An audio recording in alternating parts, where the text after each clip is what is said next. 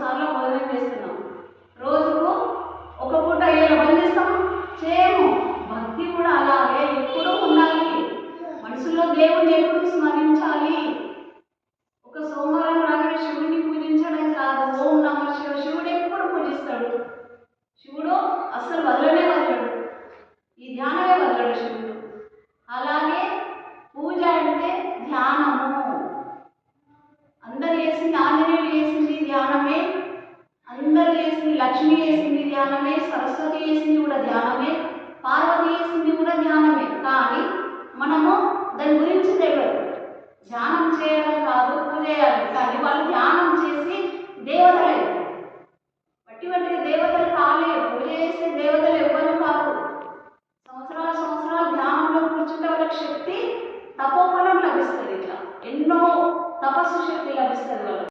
ఒక నెల రోజులు మీరు ఉదయం సాయంత్రము అర్ధగంట ధ్యానం చేయండి. ధ్యానం చేస్తే ధ్యానం చేయకముందు, కూర్చోకముందు ఎలా ఉన్నాము, ఒక నెల రోజులు ధ్యానంలో కూర్చున్న తర్వాత ఏ విధంగా ఉండదు మనకు అనుభవంలోకి వస్తుంది. అరే నేను ధ్యానంలో కూర్చోమన్నారు, మరి వీళ్ళు కూర్చుంటున్నారు, మేము కూర్చుంటామని మనం ఎప్పుడైతే మన మనసులో ఇష్టం కలుగుతుందో అప్పుడు మనం కూర్చోగలం. అర్ధగంట లేదు, ఒక 15 నిమిషాలు. పూజ అదే, శివుడి పూజ అంటే ధ్యానమే, ఆంజనేయుడి పూజ అంటే ధ్యానమే. కానీ పువ్వులు ఎక్కించి దీపం ముట్టిస్తే ఒక 5 నిమిషాలు చేయాలి. దాన్ని చేయొద్దని అది ఇప్పుడు చేసినాం.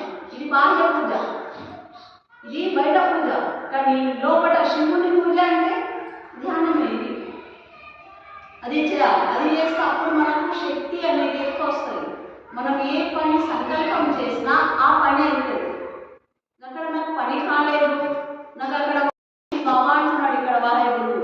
అలా మీ దగ్గర కూర్చోవడం వల్ల, మీ ప్రవచనాలు వినడం వల్ల నేను ఆనందం పొందాను అని ఇక్కడ అభిప్రాయం తెలియజేస్తున్నాను.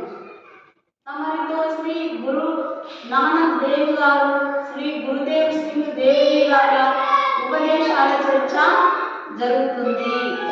అది ఎలా అంటే సర్వోన్నతమైన పరమానందాన్ని పొందే ఆ సమయం నేను పొందాను అని వాహకుడు ఇక్కడ తెలుపుతున్నాడు. మీ దగ్గర కూర్చుంటే అసలు సమయమే తెలియలేదు బాబా గారు. మీ దగ్గర ఒక మహా శక్తి ఉంది, మీ దగ్గర తపశక్తి ఉంది, మీది నేను పొందాను. మీ దగ్గర కూర్చుంటే పరమానందమైన ఆనందం నేను పొందాను బాబా అని తన అభిప్రాయాన్ని గ్రంథంలో తెలియజేస్తున్నాను.